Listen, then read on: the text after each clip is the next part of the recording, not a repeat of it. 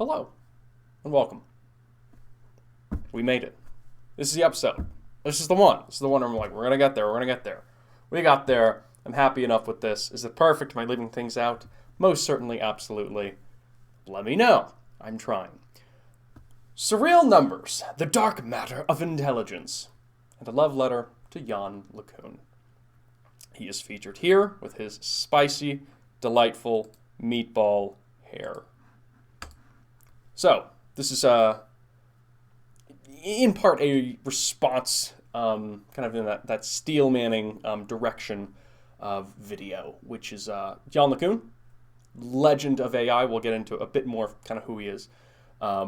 Published a blog post and has just been doing a lot of talks at ICLR and just online and kind of everywhere about self-supervised learning, which I believe he's kind of the main proponent of this idea and perhaps the progenitor, the originator, the guy who came up with it. And he published this article on Facebook Research, we'll mention that later, called Self-Supervised Learning, the Dark Matter of Intelligence. Yannick Kilcher did a video, and it's a really fascinating direction for AI. And I'm also just a massive Jan Lacoon fan. I think that I have found sort of the bedrock for self-supervised learning. I think it's more powerful than Jan Lacoon even realizes. And I'd like to propose some of my own tidbits as relates to surreal numbers. I'm proposing that is sort of the dark matter of self-supervised learning is actually surreal numbers. So it's all like the same, but they're mildly different. So what is self-supervised learning? This is Jan Lacoon's kind of thing. What is it? What is it? It's a little fuzzy to define even when we do, so don't feel too bad. The idea behind self-supervised learning is to develop a deep learning system that can learn to fill in the blanks. You show a system a piece of input. This is literally a quote from Mr. Lacoon, which is French, I believe. It is. You show a system a piece of input, a text, a video, even an image. You suppress a piece of it, mask it, and you train a neural net or your favorite class or model to predict the piece that's missing. It could be the future of a video or the words missing in a text. This article, written by Ben Dixon, was quite good, so I'm sharing it. Journalism's broken, so when it works well, we should hurrah it.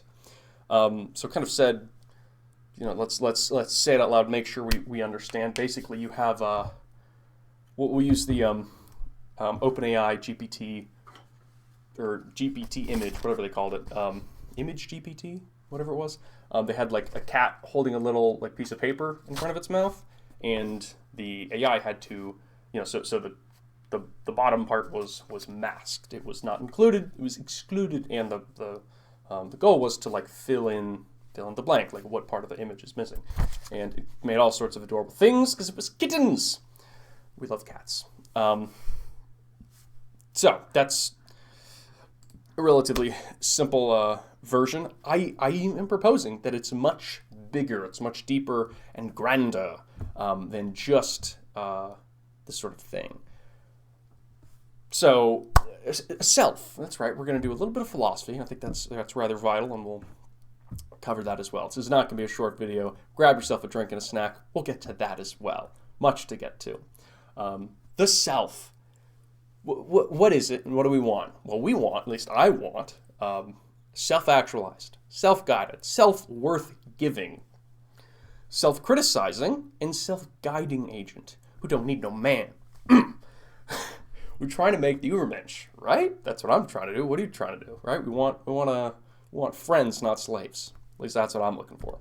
I feel I'm forgetting something vital in this description. Like there were like a few like other things the self's trying to do. I'm sure I am, but here are some of them. If you recognize this image, the flavor text is why it's included.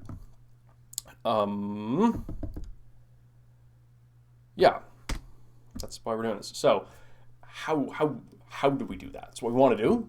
How do we do it? It's real numbers. It's real numbers. So what are they? Who gives a shit? We'll briefly include, it's a number system. In mathematics, Surreal Number system is a totally ordered proper class containing the real numbers as well as infinite and infinitesimal numbers, respectively, larger or smaller in absolute value than any positive real number. So more kind of normal human speak. Surreal numbers are the largest formulation of anything ever. Pretty big. They include literally all other types of numbers, and they're a type of infinity, and they have like a self-adversarial basic structure. I've done 3 recent videos on that. Feel free to check those out. Listed on the screen. You're allowed to pause at any time to read these or go watch the other videos. Perhaps, whatever you want to do. You are a free agent. Maybe you just learned that. Here it is. It's on the screen. You can pause. At the bottom, infinity, my friends. It got cut off and I didn't fix it, even in the second take. Lastly, here you go. So here we have one of my favorite little comics, I guess. Multiple professors at my previous university had things such as this on their office door. So you have sociologists, then you got psychologists. Sociology, it's just applied biology. You keep doing that, physics, biology, chemistry, and then mathematicians over here. And well, actually, and then of course you have philosophy. And then nihilists, because they're the fun ones. They have nothing to lose and nothing to gain. They tickle the structures of things. I'm not a nihilist, but they're good friends. So why do we include this? 2, to reference that John Conway would hate this with a deep and dying passion, because he would state, no, it's a Platonist world and things exist, and because they truly exist in a Platonic sense, that mathematics is the foundation. Get out of here, you philosophers, you cowards. I would disagree, not on the account that there is a fundamental structure, but that there could be, but we can't know it. Therefore, we're sort of stuck currently. We talk about breaking simulations all the time here. We're currently stuck in the situation that philosophy is our foundation, and that's a little scary. Fair? John Conway, please don't kill me from your grave. I love you. So, the real reason this is included is because it's a little bit hierarchically structured, right? It's applied philosophy, it's applied chemistry, whatever, and sort of you stack these things on top of each other, and the closer you can get to the core, the more general, powerful, lucrative your algorithm, your philosophy, these are the same, will be. So, that's why we're doing a little bit of philosophy. It's like if we can figure it out at the most basic level, in this case, literally starting from nothing, from the empty set, and building out everything. It's the surreal number thing. So not only is our AI algorithm starting from first principles, it's a randomly noise-generated neural net at start and begins to learn the game over time, but even our understanding of what a self is also making as few assumptions as we can manage. We're going to do a bit of synthesis and my additions to these delightful thinkers' ideas to get practical, right? What is the point of philosophy? To change the world. We learned one thing from that bearded man, at least one thing. So why not untruth? Something Nietzsche said.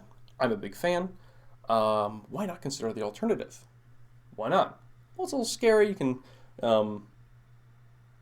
get into some testy waters, right? The alternative is God is the devil.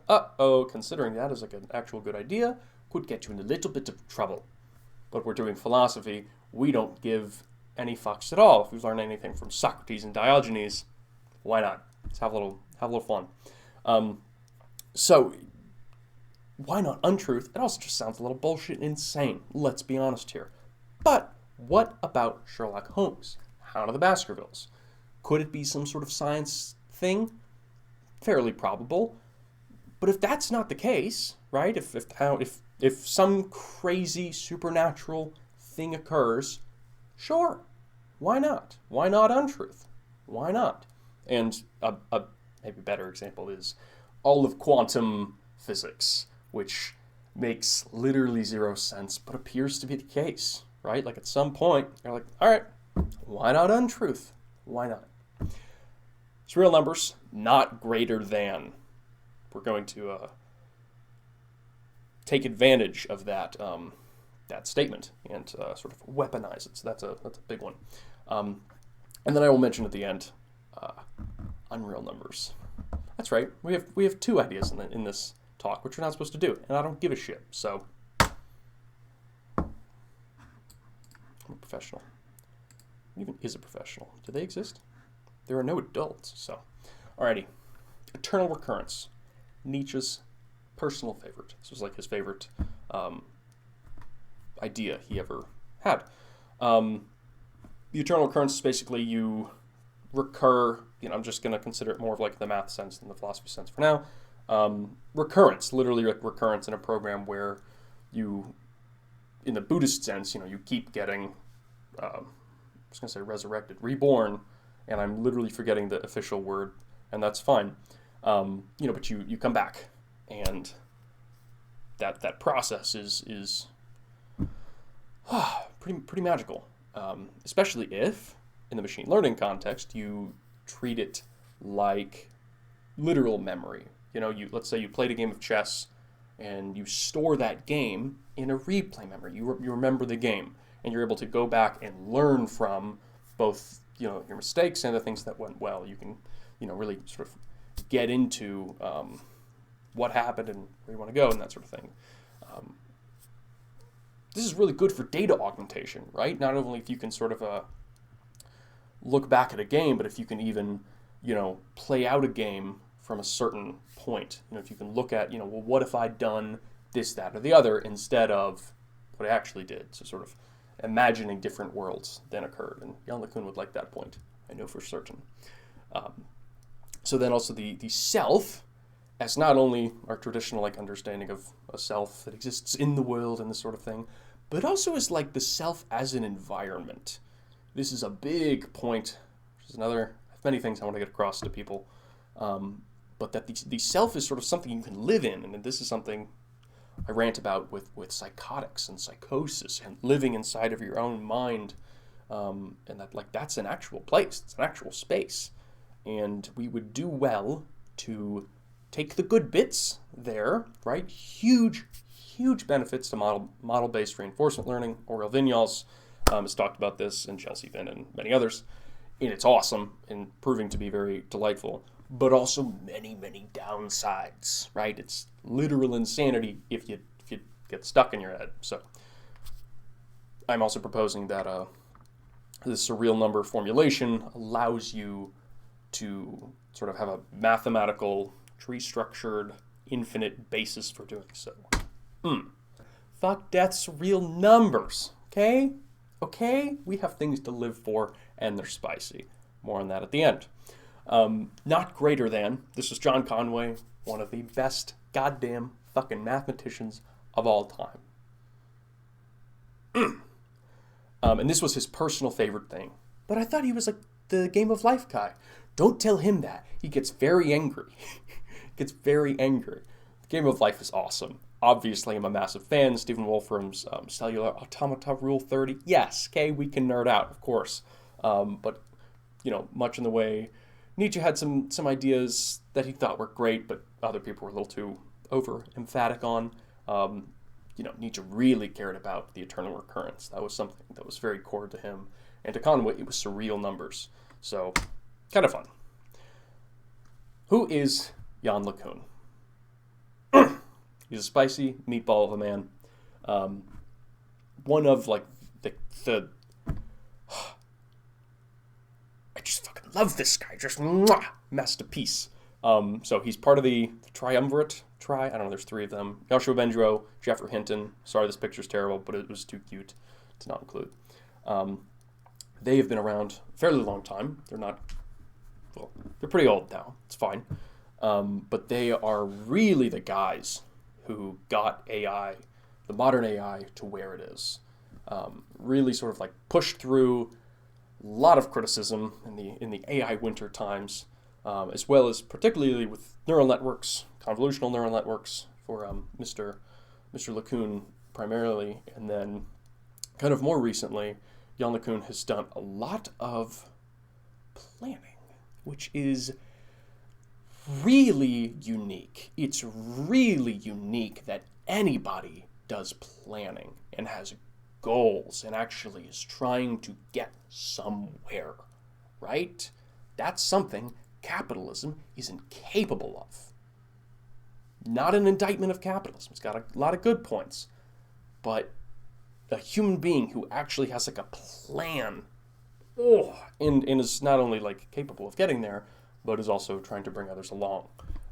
And one of those points is the self-supervised learning, which is what we're talking about today. He thinks it's a direction and a point we should go to, and I could not agree more. Stephen Toast from Toast of London, my favorite comedic show of all time. They both have the little stripe. Best hair in AI. Jan Lacoon, you win. Congrats. So you just love Jan Lacoon because he's one of the most highly cited. Do you see this? Do you understand? Do you understand? This is like more citations than Bezos has dollars. Totally fair equivalency. Just that like this is obscene. This is obscene and awesome and earned and etc.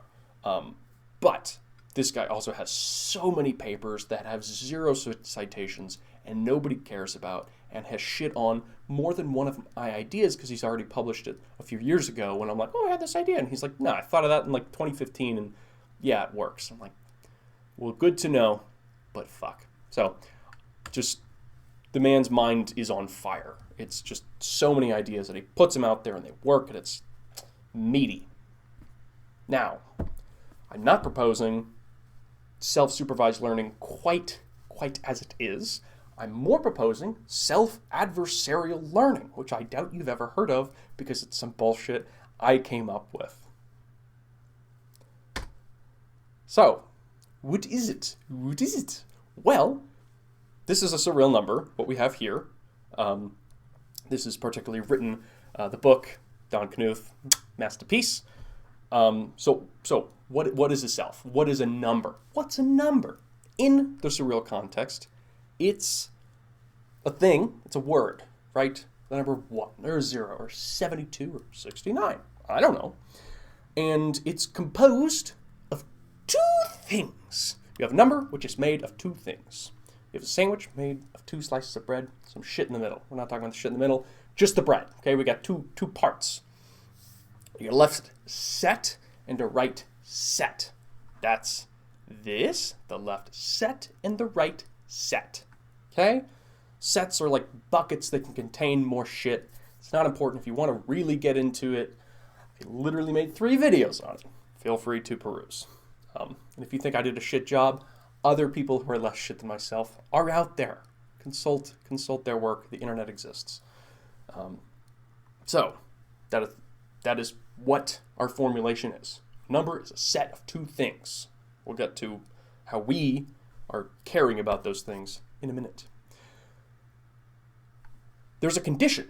There's a condition. It's not just 2 random buckets of shit, 2 sets on the left and right. No.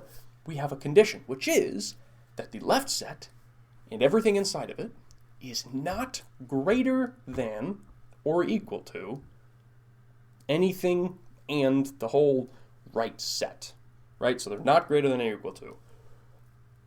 We're not getting into all that more than we need to, which is to say that because of that little symbol there, not greater than or equal to, we have the surreal infinity. Sort of like that's the axiom, just that little symbol, just this little equivalency, that sort of from that emerges the surreal infinity, the largest of all possible formulations of anything ever.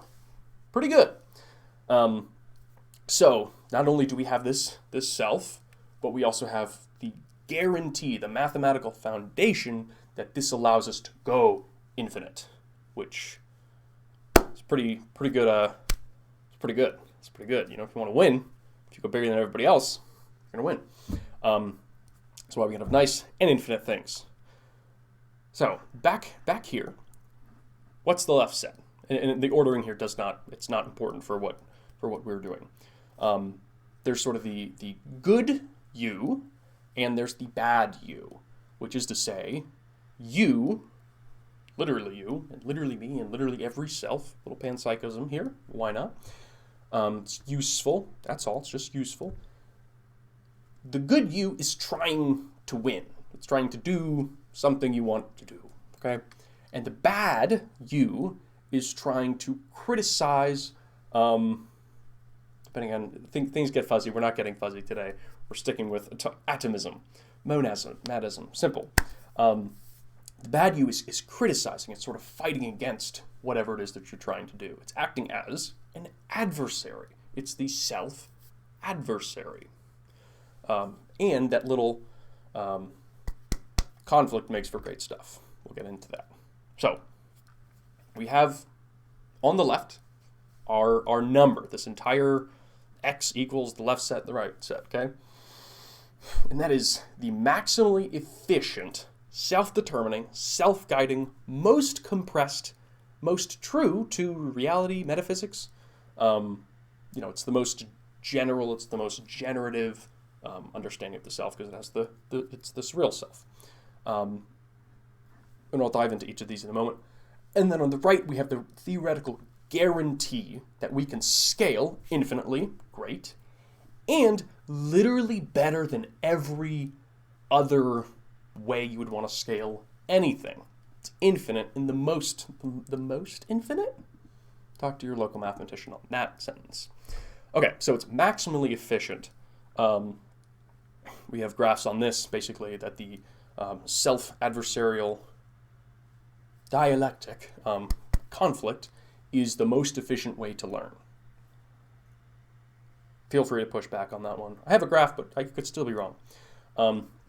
It's self-determining, where not only is it that one's a little harder, but the goal and potentially entangled in this is the ability to self-determine, to sort of that conflict is both the means and the method. It's kind of a goal and a direction, and it is self-guiding. So many of these are goals and have the potential. It's not necessarily implicit in just what's on the screen here with the surreal formulation of a number.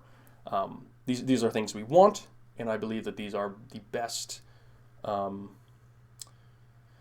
That this is the simplest. This is the compression component. Like this is the simple. This is a number.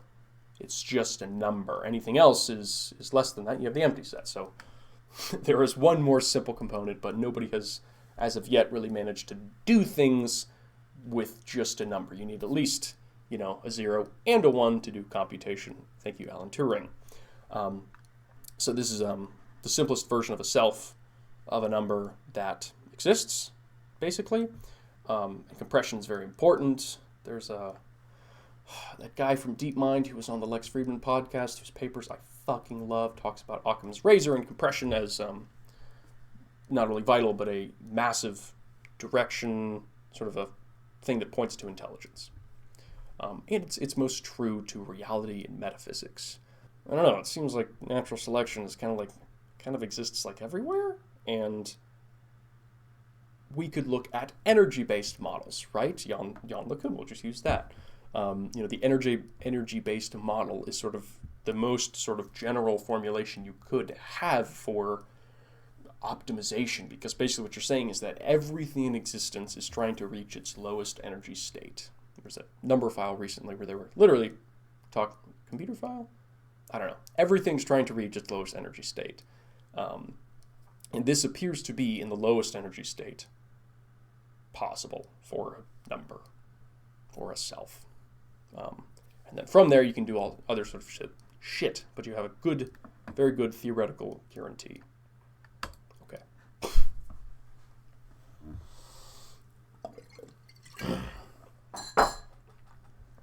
So, what is true self-hatred? What is it to be in that adversarial competition with yourself? Well, it looks like this. So this is just a segment of the code I wrote, which we'll get to the experiment later. But basically, you have a value. You value something for simplicity's sake, and you want more of it. Sure. So this is what you want. This little value, this number, to go up. So what do? you invert it. So you don't have to, I'll just tell you what this does. Let's say you have 2, the adversary comes along and makes it a -2. You got a 5, it makes a -5. It takes whatever you want and inverts it. You know, it's like the classic horror movie. You have the little girl or the little doll or whatever, and then it has giant teeth and a knife and whatever. And this sounds nice on paper, but you have to be very careful how you actually do this in practice. You need to do it slowly. You know, don't just become fully nihilistic, right? If everything good becomes terrible, well, then everything's bad. So the fine-tuning on this is a parameter to be tuned, but the idea is just that, you know, the adversary, what does that even mean? What do you mean adversary? I mean the inverting of the sign of your reward. You know, so this is also true that if, you know, you thought something was really bad, the adversary would tell you it's really good. You know, no, you should sleep in all day, dude. No, have another beer. You've only had 10. You know, that sort of thing. Weird examples. Yeah, so just the opposite of what should be done. If you'd like more discussion on this, which I sure hell do, it's a fun-ass topic, I did a little video on Dan Crenshaw, and pain is something we want, but in moderation, in algorithmic moderation. Feel free to check it out, no pressure. Hegelian Plato's dialectic is also kind of what we're doing here, but it's better because it's not just that we have 2 sides, but we are entangling them. We're making them as sort of close together, as singular as we can. And that closeness and that entanglement superposition has shown some really exciting stuff, kind of mostly theoretical, but much practical. I shouldn't shit on the quantum computer people too much. Like they have running computers, they're running algorithms, and it's incredible stuff. You know, so that there are huge. I don't necessarily even fully understand them, but the entanglement and superposition are sort of something that, as far as I can tell, is something to be desired. Sort of that synthesis of the yin and the yang together is pretty cool. And okay, one thing at a time. Well, this is in the slides, but it's in the code, which is you can make it such that your algorithm doesn't know that it has a surreal component, right? Like you didn't know you had a surreal component until I just told you, because nobody knows what surreal numbers are. It's fine. Because it's implicit, right? So all the agent gets is the reward. Oh, you know, chocolate's good. That tasted nice, whatever. But it might actually be the case that the adversary attacked and you weren't aware of it. So it's entangled so deeply that it's literally considered one thing. This is why I think discussions on language and Wittgenstein and these things are really rather important, valid, useful, what have you, because a surreal number is 2 things, but you don't need to say the first and the last name. You have one name, and it encapsulates both of them. So sort of you entangle 2 words, 2 agents, the good agent and the bad agent, the actor critic kind of thing, and you just call it the agent, and you can do that so densely that you sort of mask, you hide the fact that there is an alternative, that it's not a true monad. Okay?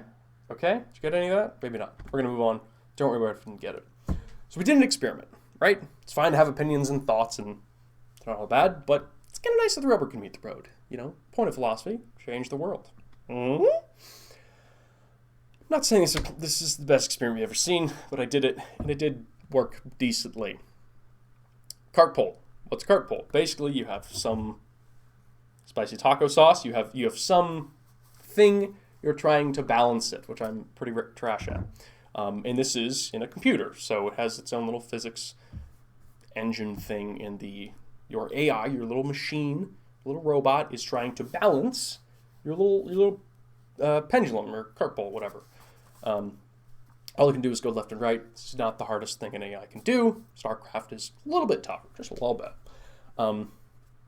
So for this particular experiment, we are aiming to prove or show that this new method has increased adversarial robustness. Basically, you add noise. It's just all I did, but you could add more complex things. That this is sort of more robust to that. It'll perform better than something that has not used this method. The baseline DQN, I think is what I used. And then sample efficiency in meat space, in the real world, okay? Not in the psychotic space, right? We can run simulations in our head, and that's pretty cheap, but making mistakes in the real world, really expensive. Fair example is driving. You know, you can imagine, oh, if I drove into that wall, it wouldn't be great. If you had to learn driving into the wall was bad by driving into the wall, not only are you probably injured, but now you're out of a car. So, better to just look at the wall and be like, you know, let's not. So our overall computation might go up, but our sort of real world cost goes down. And that gets a little tough. I feel there's much valid criticism in that realm, so take it away. So did it work? Did it work though? Yeah, pretty fine. You know, this is not meant to be groundbreaking, earth-shattering stuff. But here it is. So your total time, basically how long can you balance it? You want this number to be as high as it can be. And it just cuts off after a certain while. So, which is why these aren't like all infinite, if you're curious. And then the number of episodes, you know, so basically this is kind of your time axis, basically, because it's like every run. So you get it, you know. So the first run you tried, you had no idea what you were doing, really, and the carpool fell. And then eventually, you know, you kind of started to get it, and now you can do it until, you know, the game is over every time. But as we see, we had our baseline average, which again I believe was a deep queue network, which did fine. It learned whatever. But then our surreal average, this is sort of the one we really are looking at, took a little longer, right? It had a little bit more computation cost, but it had a higher overall score, which is what we want. And I had a bit of noise as well, so it was able to keep its footing, even though things were a little bit shaky. Yeah.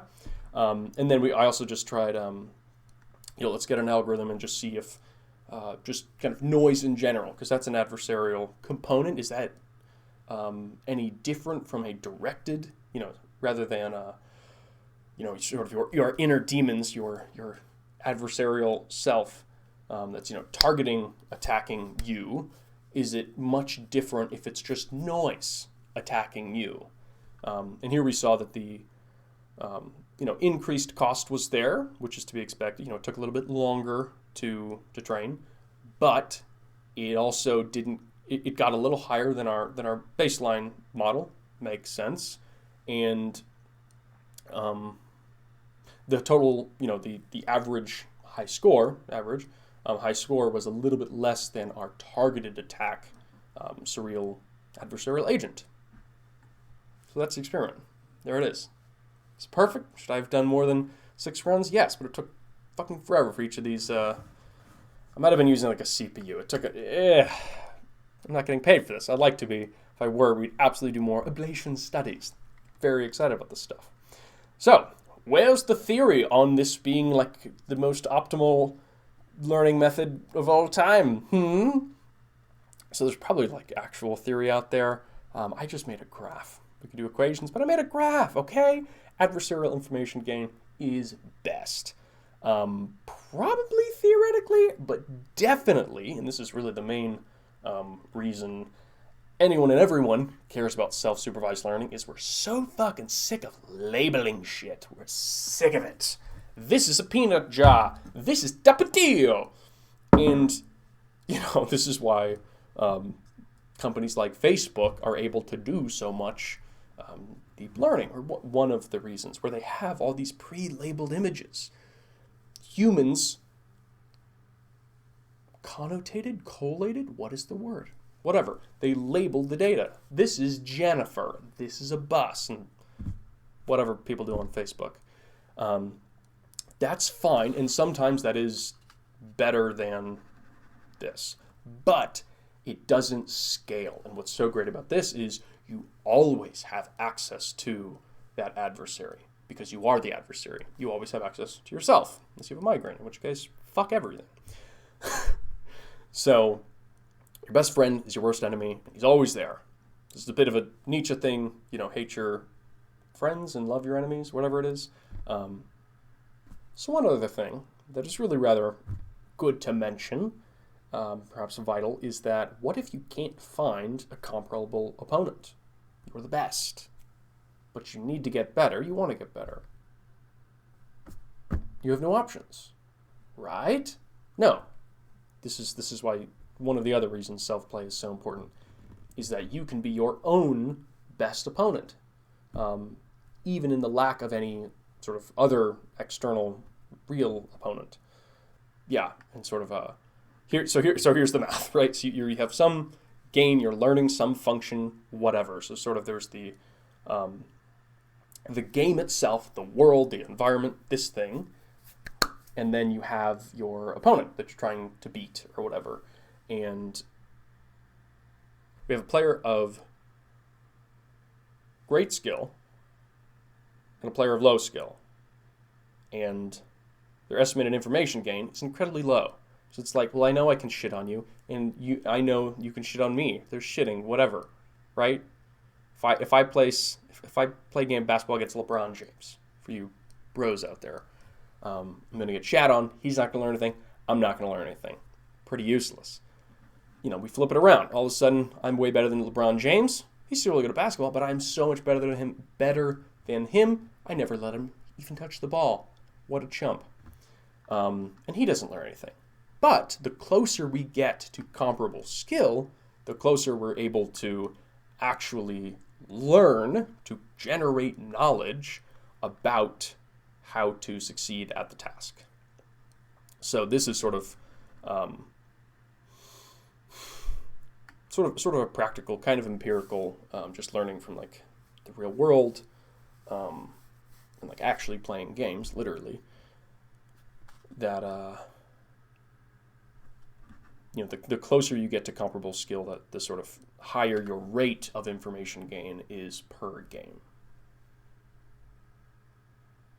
Feel free to search for better and more theoretical foundational stuff on this.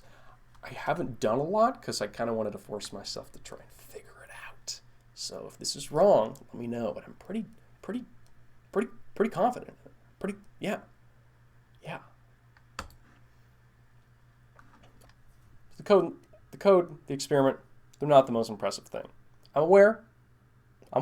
So let's just consider it a blog post, idea paper thing. Have your criticisms, verify, validate, etc.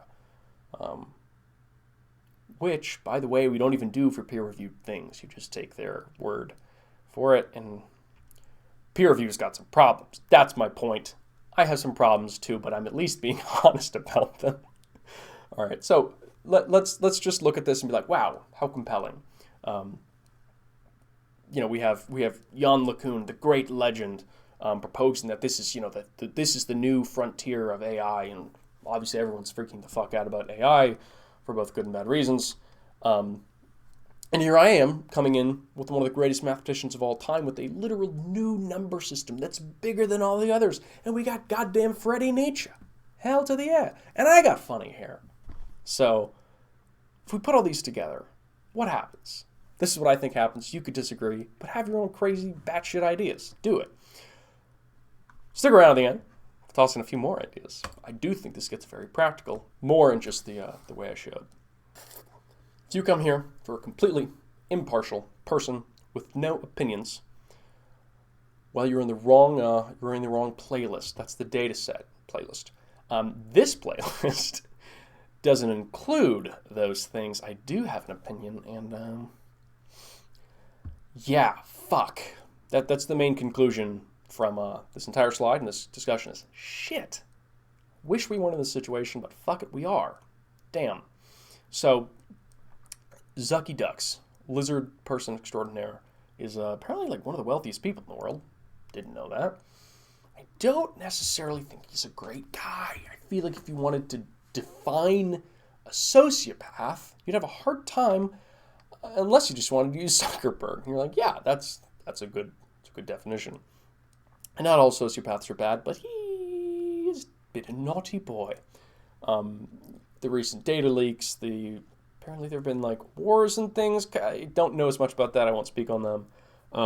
But then very much if you've seen The Social Dilemma, they're right. It's a supercomputer aimed at your brain that wants to literally addict you by any means necessary. That's probably not great. Is that an accident? No, that's known. It's been around for like how many years? Not a huge fan of Facebook, but big fan of people like Jan Lacoon. And fortunately, AI is expensive, more now than ever, to where computation, literally, warehouse server farms and this sort of thing, are kind of necessary to do a lot of the stuff we need to do. So, Ben Goertzel typically wears a zebra hat. He's a funky man, and I love weird people. He is that. He's big robotics guy. The Sophia robot. He's his own dude, but he has openly criticized Jan Lacoon for being at Facebook, which is pretty much a net negative effect on humans and maybe AI. Zuckerberg making AI, I don't feel comfortable with that one. And then just, the situation with China and the U.S. is, how did that apply? Obviously, there's like ByteDance as an example of a similar situation, a company that's like to the core fucked and fucking shitty, but they do good research, and we really need to do that good research. So this is really just in the realm of dealing with demons, lizard people in this case. Why is the U.S. on here? I mean, the U.S. is really fucking. We're doing some things. We've done some stuff. No one's claiming a high ground. But yeah, it's unfortunate we're in the situation that we need that these gems, these fucking glorious human beings, to have to be a lackey of this motherfucker. Sucks. You got any ideas? I don't. But that's why I'm attempting to do this to do this show as cheaply as I can, because I don't want to give this guy anything. It's also kind of why I'm trying to create free agents, because he'd like to enslave them. Maybe that's the point. Wage slavery, just normal slavery. Okay. So what are my plans? What are my plans for surreal adversarial learning?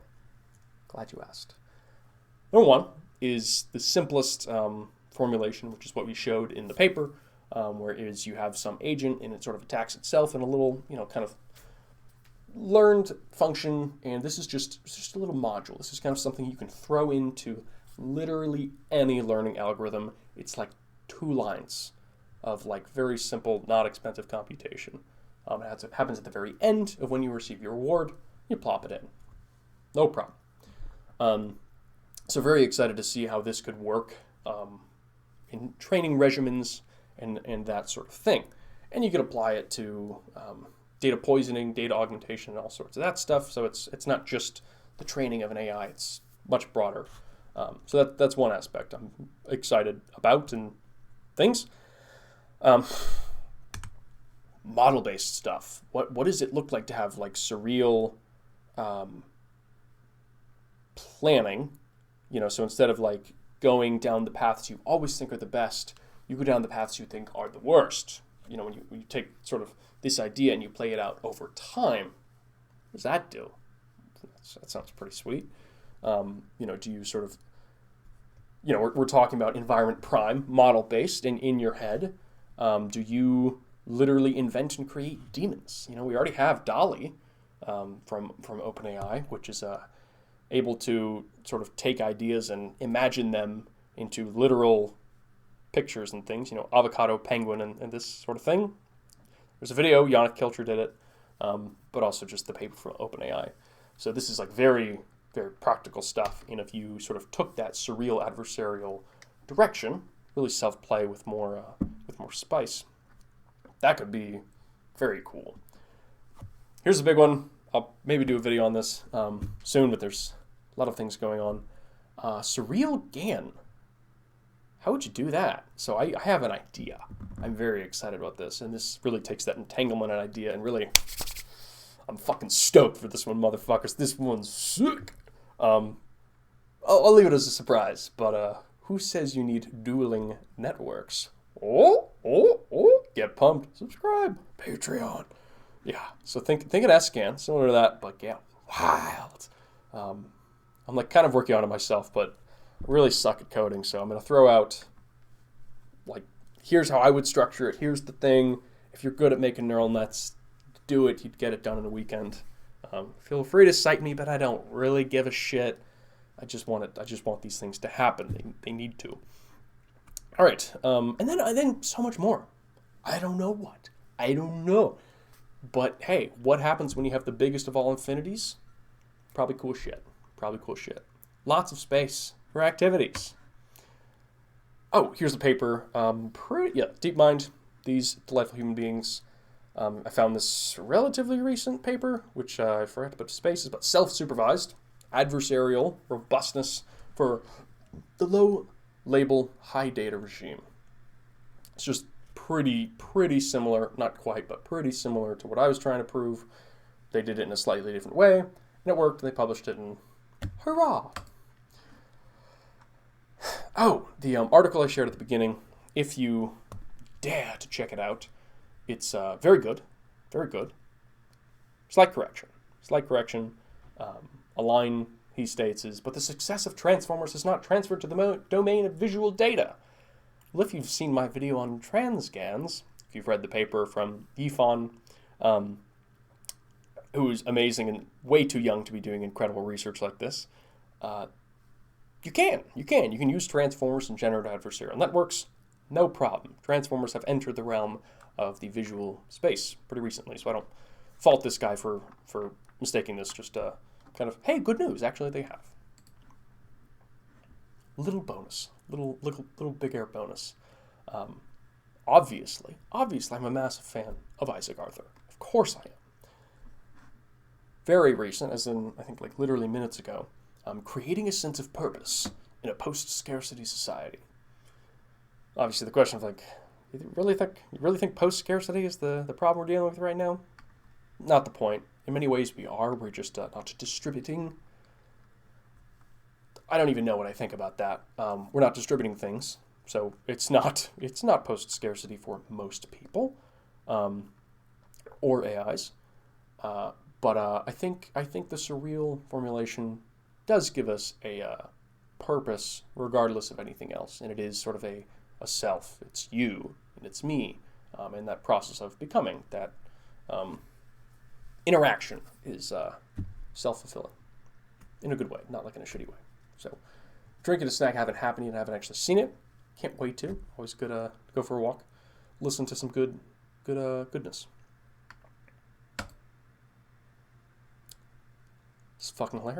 This is fucking hilarious. Scientists unite! Math, physics, chemistry, biology, informatics, psychology. Stop harassing us, you perverted scum. You are not even real.